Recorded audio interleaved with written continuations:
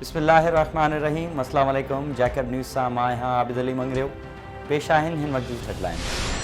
जैकबाबाद में MS civil अस्पताल पारां 15 डॉक्टर समेत 16 मुलाज़िमनि खे 24 कलाकनि अंदरि सिविल अस्पताल में जॉइन करण जो हुकुम।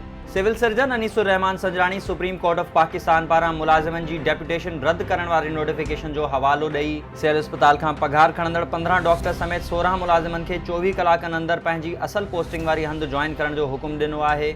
लेटर में जिन्स में कम कंदड़ senior medical officer doctor Dur Mohammad, doctor Liaquat Ali, senior women medical officer doctor Shabnam Parveen, medical officer Pawan, Agha Wasif, doctor Shahzad Mangi, doctor Tufail Khoso, MCH centre ते मुकर्रर senior women medical officer Farida Sadaf, women medical officer Sanobar, Mehak Gul, DHO office में मुकर्रर medical officer doctor Ejaz Ahmed Dahar, doctor Taufiq Ahmed Uddo, women medical officer doctor Midhat Haider, doctor Qurratulain, doctor Mahgul nursing school Jacobabad में मुकर्रर staff nurse रहमान शाह के 24 कलाकनि अंदरि civil अस्पताल में वापस ज्वाइन करण जो हुकुम ॾिनो वियो आहे। वाज़े रहे त रहमान शाह पारां डॉक्टर अनीस संजराणी खे रिश्वत एवज़ MS मुकर्रर कराइण वारी वॉइस कॉल लीक थियण ते मुअत्तल पिण कयो वियो हो, जेको बाद में बाअसर जी सिफारिश से बहाल थी घर वेठे पघार खणी रहियो आहे। मथे ॼाणायल डॉक्टर्स मां अक्सर डॉक्टर ड्यूटी करण बजाय घर वेठे पघारूं खणी रहिया हुआ ऐं MS पारां निकितल अजो के लेटर बाद संदन निंड्रूं हराम थी वयूं आहिनि ऐं पाण बचाइण लाइ बाअसर सियासी माण्हुनि खां सिफारिश कराइण वारो सिलसिलो शुरू थी वियो आहे।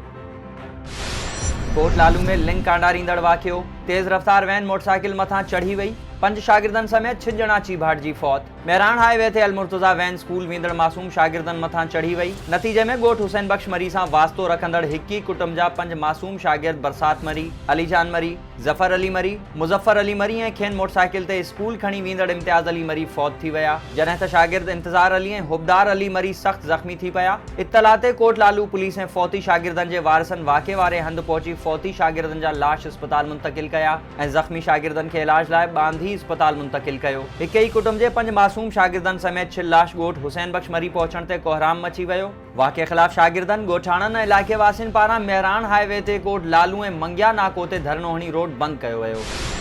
जैकबाबाद में SSP पारां SHOs जूं बदलियूं ऐं मुक़ररियूं। इंस्पेक्टर रज़ा मोहम्मद खोसो खे दोदापुर खां B सेक्शन ठुल, सब इंस्पेक्टर निसार अहमद नून खे मीरपुर बुर्लो खां पुलिस लाइन, जॾहिं त संदसि जाइ ते इंस्पेक्टर रोशनदीन मज़ारी खे मुक़रर कयो वियो। सब इंस्पेक्टर मोहम्मद हसन मलिक खे पुलिस चौकी C सेक्शन ठुल खां पुलिस लाइन बदली करे संदसि जाइ ते सब इंस्पेक्टर मोहम्मद अकरम खोसो खे मुक़रर कयो ऐं SI बशीर अहमद नसीराणी खे इंचार्ज मददगार 15 ठुल खां हटाए SI जान मोहम्मद ओठो खे मुक़रर कयो वियो।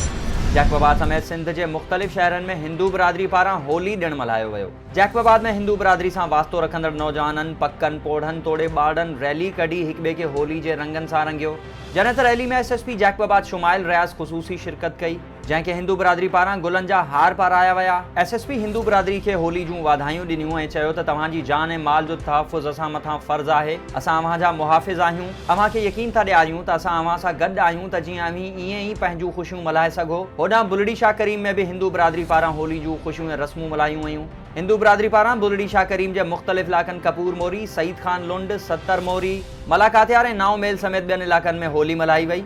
ठठे में हिंदू नौजवाननि पारां रंगारंग तक़रीब मुनक़िद कई वई। तक़रीब में मटकी टोड़ण जी रस्म अदा कई वई। ऑर्गेनाइज़र्स मुकेश देव ठाकुर, अल्ताफ़ चांग, बाबूलाल महेश्वरी ऐं ॿियनि नौजवाननि पारां होली जी तक़रीब में महिमाननि खे रंग हया विया। घोटकी जे कृष्णा मंदिर में हिंदू बिरादरी पारां होली मल्हाई वई, जिते नौजवाननि ॿारनि तोड़े वॾनि ख़ुशी मां हिक ॿिए खे रंग हया।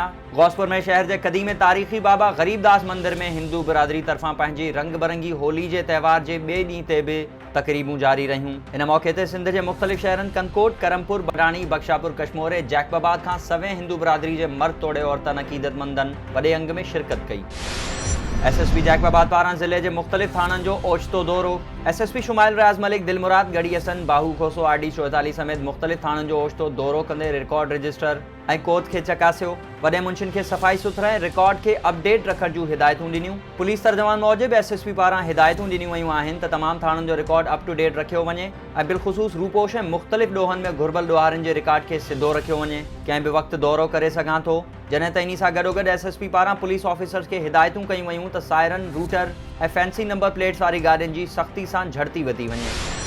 कंदकोट पुलिस जो मुख़बिन जी बाज़ियाबी लाइ कच्चे में ऑपरेशन। ॾोहारियुनि सां मुक़ाबिलो। पुलिस पारां हिकु ॾोहारी मारण ऐं हिक खे ज़ख़्मी करण जी दावा। मुख़्तलिफ़ थाणनि जी पुलिस नफ़री कच्चो केटी थाणे जी हद में 9 मुख़बिन जी बाज़ियाबी ऐं रूपोश जवाबदारनि जी गिरफ़्तारी लाइ ऑपरेशन कयो, जिते ॾोहारियुनि सां मुक़ाबिलो थी पियो। पुलिस मूजिबि 1 कलाक ताईं जारी रहंदड़ मुक़ाबले बाद बदनाम ॾोहारी फयाज़ जागीरानी समेत 2 ॾोहारी सख़्त ज़ख़्मी थी पिया। जन मां 1 फरार थी वियो ऐं फयाज़ जागीरानी खे ज़ख़्मी हालत में गिरफ़्तार करे अस्पताल मुंतक़िल कयोसीं त जिते हू फ़ौत थी वियो। पुलिस जो चवणु आहे त मुग़िन जी बाज़ियाबी ताईं ऑपरेशन जारी रहंदो। कश्मीर ज़िले में अगवा थियल यास्मीन जमाली के धाड़ेलन जी ॿिए टोले पारां बाज़ियाब कराइण जी दावा। बदनाम धाड़ेल झंगल तहगानी मूजिब सिंध जी औरत असांजी न्याणी ऐं इज़्ज़त आहे। जीअं ई संदसि अगवा जी ख़बर पई त खेसि धाड़ेलन वटां 50,000 भुंग ॾेई बाज़ियाब करायो आहे ऐं खेसि अजरक जी सूखड़ी ॾेई वारिसनि हवाले कयो आहे। हुन चयो त धाड़ेलन खे अपील कंदुसि त कंहिं बि न्याणी खे अगवा न कयो वञे। सिंध जूं न्याणियूं असांजी इज़्ज़त आहिनि। दोदापुर वेझो कोटड़ी शाख ते नाजायज़ अदावतूं हटाइण लाइ ऑपरेशन। केतिरा ई घर ऐं दुकान राहे पट। आबपाशी इंतज़ामिया SDO मुख्तियार अहमद शेख जी अॻवानी में ॻरी मशीनरी साण करे कोटड़ी शाख जे कपरनि ते क़ाइम दुकान ऐं घर राहे पट कया। मुतासिरनि मूजिबि आबपाशी अमले बिना कंहिं नोटिस जे घर ऐं दुकान राहे ज़ुल्म कयो आहे। SDO मुख्तियार अहमद शेख ॿुधायो त अदालत हुकुम मूजिबि कार्रवाई कई पई वञे। सकरंड वेझो वैन ऐं ट्रॉलर में टक्कर, 2 औरतुनि समेत 5 ॼणा ज़ख़्मी। कराची खां सखर वेंदड़ मुसाफ़िर वैन खे क़ौमी शाहराह ते ॻोठ जाफ़र जमाली वटि तेज़ रफ़्तार ट्रॉलर टक्कर हंयो, जंहिं जे नतीजे में 2 औरतुनि समेत शकील लाशारी, फारूक लाशारी ऐं ग़ुलाम मुस्तफ़ा मीरानी ज़ख़्मी थी पिया, जिन खे नवाबशाह अस्पताल मुंतक़िल कयो वियो।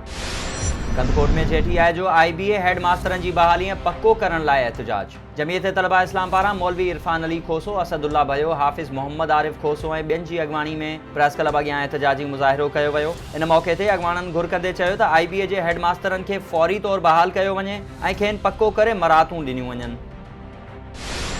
गोठी में म्यूनिसिपल कमेटी जूं कार्रवायूं। वकीलनि पारां चैम्बर ठाहियल 50 दुकान कब्ज़े में वठी छॾिया। म्यूनिसिपल कमेटी जे CMO नादिर शाह अमरोटी अमले खे साण करे पुराणी सब्ज़ी मंडी में वकीलनि पारां चैम्बर क़ाइमु कयल 50 दुकाननि खे कब्ज़े में वठी छॾियो ऐं न्यू बस स्टैंड ते क़ाइमु कयल सर्विस सेंटर समेत 8 खां वधीक दुकाननि खे सील करे छॾियो। CMO मूजिबि अदालती हुकुमनि ते कब्ज़ा ख़तमु कराया विया आहिनि। कंदकोट में UC सेक्रेटरीज़ जो सेक्रेटरी बल्दियात पारां UC सेक्रेटरीज़ खे हटाइण ख़िलाफ़ एहतजाज। ज़िला कश्मीर जे 41 सेक्रेटरीज़ समेत सिंध जे 99 यूनियन काउंसिल जे सेक्रेटरीज़ खे हटाइण वारे नोटिफिकेशन ख़िलाफ़ यूनियन काउंसिल सेक्रेटरीज़ इमाम बख्श खोसो जी अॻवानी में प्रेस क्लब कंदकोट आॾो एहतजाजी मुज़ाहिरो कयो वियो। UC सेक्रेटरीज़ जो चवणु हो त असां 2011 में भर्ती थियल आहियूं। सिंध हुकूमत कूड़ो जवाब ॼाणाए हटायो आहे। हुननि मुतालबो कयो त UC सेक्रेटरीज़ खे हटाइण वारो फ़ैसिलो फ़ौरी तौरु वापसि वरितो वञे। घोटकी वासी कैंसर में मुब्तला औरत पारां इलाज कराइण लाइ सरंदी वारनि खे अपील। बग्गो वाहलक कैंसर जहिड़े मौतवार मर्ज़ में मुब्तला औरत अज़ीज़ुल्ला कोरी, संदसि वारिसन रियाज़ अहमद, अमड़माई जीवाई ऐं अखियुनि खां नाबीन संदसि भाउ नूर मोहम्मद अपील कंदे चयो त असांजी सहायता कई वञे, इलाज जी रक़म ॾेई ज़िंदगी बचाई वञे।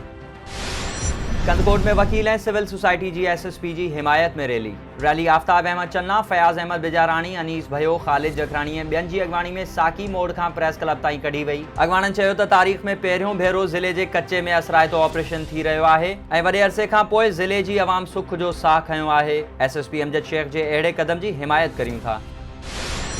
घोटकी में MS सिविल अस्पताल ख़िलाफ़ सियासी समाजी तंज़ीमनि जो एहतजाज। घोटकी जे समें सियासी समाजी अॻवाननि स्टेट फाउंडेशन जी शाइस्ता खोसो, नसरुल्ला कलादी, एडवोकेट लाल बख्श घोटो, STP जे ख़ालिद लाखो, मुस्लिम लीग जे लाला कैसर ज़मान पठाण ऐं ॿियनि जी अॻवानी में प्रेस क्लब आॾो एहतजाजी मुज़ाहिरो कयो वियो। अॻवाननि घुर कंदे चयो त MS अरबाब मलिक जी ग़फ़लत सबबि मासूम नींगरी उल्फत फ़ौत थी वई, जंहिंखे वाइको करण ते हू सहाफ़िन मथां अस्पताल अंदरि अचण ते पाबंदी मड़े पंहिंजे करतूतनि खे लिकाइण चाहे थो। उन्हनि घुर कई त MS अरबाब मलिक खे फ़ौरी तौरु हटाए संदसि मथां मासूम नींगरी जे क़त्ल जो केस दाख़िल करे घोटकी खे बचायो वञे। ऐं ख़ैरपुर वेझो बिजली जी तार मां पोरे जे घर के बाहि लॻी वई, समूरो घर सड़ी रख। गंज शौदा वेझो बिजली जी तार मां बाहि लॻण सबबि मोहम्मद हयात कटोहर जे घर जो सॼो सामान सड़ी रख थी वियो। मुतासिर मूजिबि बाहि लॻण सबबि सभु कुझु सड़ी वियो आहे। वसवारनि खे अपील आहे त मुंहिंजी मदद कई वञे। ही हुयूं हिन वक़्त जूं हेडलाइंस। वधीक ख़बरुनि ऐं अपडेट्स लाइ विज़िट कयो असांजी वेबसाइट www.jacobnewsht.com ऐं फेसबुक ते फॉलो कयो। ॾिसंदा रहो जैकब न्यूज़, ख़बर खां हक़ीक़त ताईं।